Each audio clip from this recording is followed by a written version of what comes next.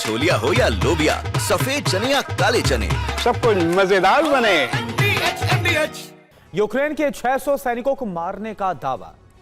रूसी रक्षा मंत्रालय ने इस बयान को जारी किया। रूस के हमले में मारे गए 600 सैनिक, मिसाइल, बम और ड्रोन से हमले को अंजाम दिया गया।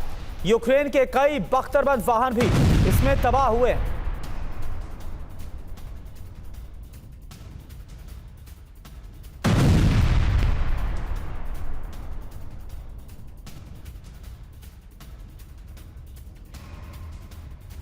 यूक्रेनी छावनी पर हुआ हमला इस बात का प्रमाण है कि यूक्रेन में अब पहले से ज्यादा रक्तपात होने वाला है। ट्रंप का शांति प्रयास असफल हो गया है। इस हमले से पहले ही परमाणु हथियार विभाग के निदेशक ने यूरोप को एटमी चेतावनी जारी की है। खुद पुतिन ने परमाणु हथियार हेडक्वार्टर का दौरा किया। न्यूक्लियर रिसर्च करने वाली रोस एटम कंपनी के मुख्यालय से पुतिन ने संदेश दिया कि रूस को अनिश्चित हालात के लिए तैयार रहना होगा। रूस के एटमी तैनाती पर भी बड़ी रिपोर्ट है। ये सभी संकेत बता रहे हैं कि पूरे यूक्रेन पर कब्जे की तैयारी हो गई है। इस मिशन में अगर यूरोप आड़े आता है तो वो भी टारगेट पर है। ना पुतिन और ज़ेलेंस्की की बैठक होने जा रही है, ना ही युद्ध विराम पर कोई फैसला किया जाने वाला है। पुतिन का अंतिम फैसला यही है कि लक्ष्य प्राप्ति के लिए युद्ध जरूरी है।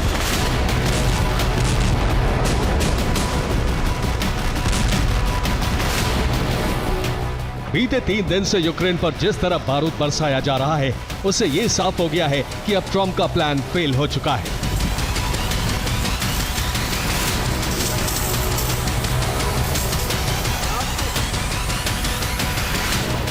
यूक्रेन पर हमलों के साथ ही पुतिन ने उसके मददगार यूरोपीय देशों को भी परमाणु चेतावनी जारी कर दी है।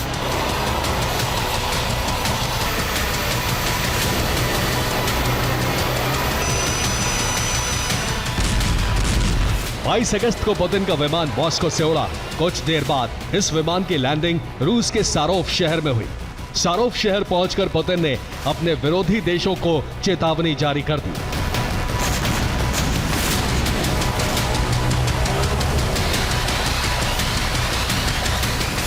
सारोव में रूसी सेना के टॉप कमांडर्स और परमाणु वैज्ञानिकों से मिले, और ये कोई आम दौरा नहीं था, क्योंकि सारोव रूस के परमाणु हथियार निर्माण का मुख्यालय है।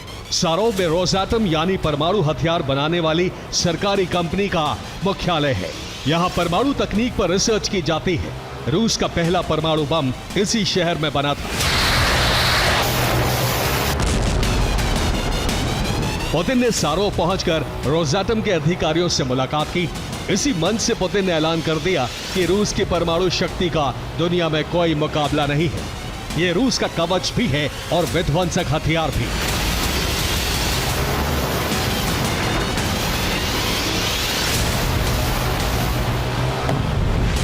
अस्सी साल पहले 20 अगस्त 1945 को रूस में न्यूक्लियर रिसर्च कमेटी बनाई गई। 29 अगस्त 1949 को रूस ने पहले एटम बम का टेस्ट किया। इस एटम बम को यूली बोरिसोविच खारितोन ने डिजाइन किया था।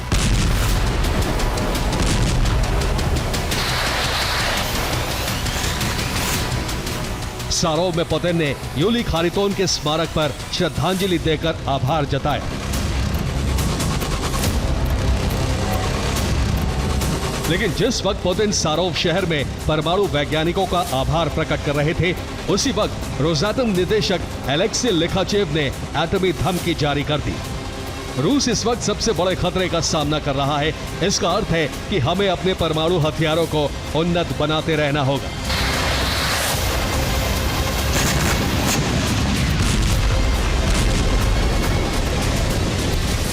रूस के पास धरती के सबसे एडवांस्ड परमाणु हथियार है। उसके परमाणु भंडार का मुकाबला नहीं है।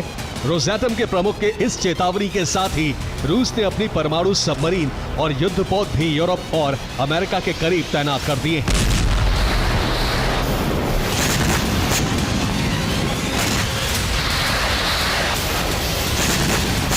रूस के नोवाया झिमलिया परमाणु नेवल बेस से बैरेंट्स और नॉर्वेजियन सागर में तैनाती हो गई है। नॉर्वेजियन सागर में रूस की 2 परमाणु सबमरीन्स को तैनात किया गया है और इसके साथ ही बैरेंट्स सागर में 2 परमाणु युद्धपोत भी पहुंच गए। इन पर न्यूक्लियर वॉरहेड्स के साथ हाइपरसोनिक मिसाइलें लोड हैं। इन दोनों के टारगेट पर यूरोप के वो देश हैं जो यूक्रेन को मदद पहुंचा रहे हैं, जैसे यूके, नॉर्वे, स्वीडन और फिनलैंड। इन देशों के अलावा रूसी फ्लीट की रेंज में पूरा यूरोप आ रहा है। यहां से जहां चाहे हमले किए जा सकते हैं। दूसरी तरफ अमेरिका के खिलाफ भी न्यूक्लियर शील्ड तैयार कर दी गई है। ईस्ट साइबेरियन सागर में रूस ने 2 परमाणु सबमरीन्स को तैनात किया है। युद्ध छिड़ने की स्थिति में यहां से अमेरिका पर सीधे हमले किए जा सकते हैं।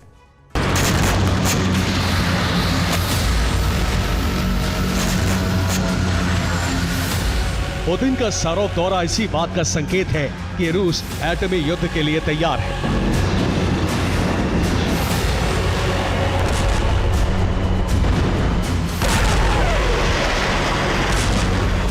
उसके 95% परमाणु अपग्रेड हो चुके हैं।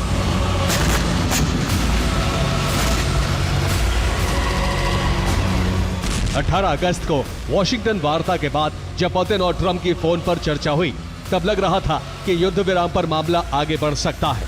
लेकिन 5 दिन बीतते बीतते परमाणु युद्ध छिड़ने की आशंकाएं बढ़ने लगी।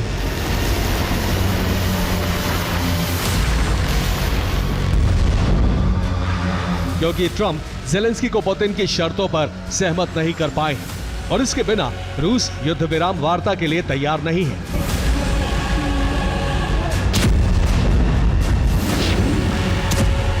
क्योंकि रूस का लक्ष्य है पूरे यूक्रेन पर नियंत्रण जमाना और ये रूस के विदेश मंत्री के बयान से मिले संकेत बता रहे हैं।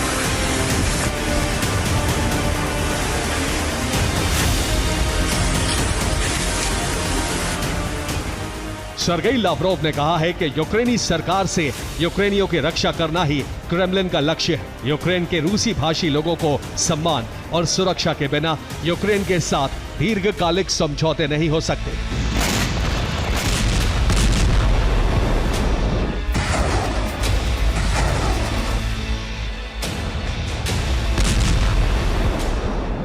रूस ने कहा है कि यूरोप उस पर युद्ध भड़काने के आरोप लगाता है, लेकिन रूसी है जो महासंग्राम छिड़ने से रोके हुए है। अगर रूस के लक्ष्य पूरे नहीं होते हैं तो जंग का विस्तार तय है। इसके साथ ही रूसी विदेश मंत्रालय ने कहा है कि युद्ध विराम लागू नहीं होने के लिए भी जिम्मेदार यूक्रेन ही है।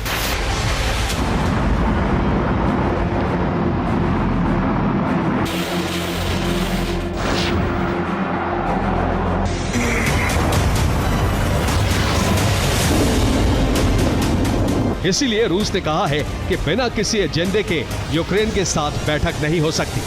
विदेश मंत्रालय पहले ही कह चुका है कि पुतिन ज़ेलेंस्की की बैठक तब तक ट्रंप की कोरी कल्पना है जब तक कि ज़ेलेंस्की हठ नहीं छोड़ते।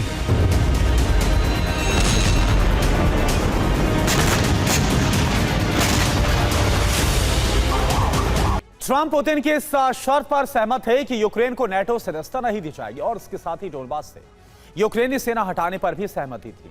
अब आप देखिए, डोनबास को रूसी क्षेत्र घोषित किए जाने पर अब विचार कर रहा था और इसके अलावा यूक्रेन के सैनिक हथियार हटाए जाने पर भी वार्ता होनी थी। क्रेमलिन ने सुरक्षा गारंटी प्लान में चीन, रूस के शामिल होने की शर्त को रखा था, लेकिन ज़ेलेंस्की ने इन सभी शर्तों को खारिज कर दिया। इसलिए युद्ध विराम वार्ता भी आगे बढ़ नहीं पाई। आप रिपोर्ट देखिए।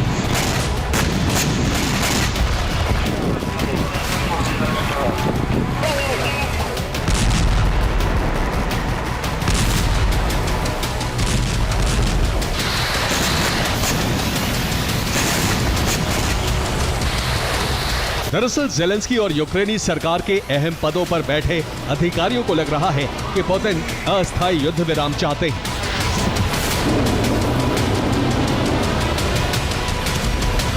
वो यूक्रेन की जमीन पर कब्जा करके भविष्य की जंग की तैयारी के लिए समय चाहते हैं। यूक्रेन अपनी जमीन छोड़ने के लिए तैयार नहीं है। यूरोप के देश भी इस मुद्दे पर यूक्रेन के साथ हैं।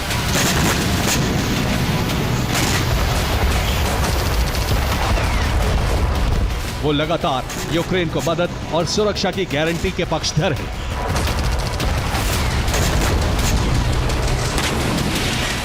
इसीलिए युद्ध विराम के बजाय मामला महासंग्राम की ओर बढ़ता नजर आ रहा है। पुतिन ने न्यूक्लियर हेडक्वार्टर से पूरे यूरोप के लिए चेतावनी जारी कर दी है। Bureau report, TV9 Bharatvarsh.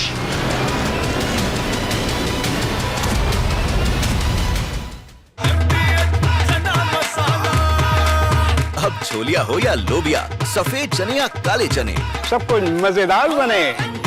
MDH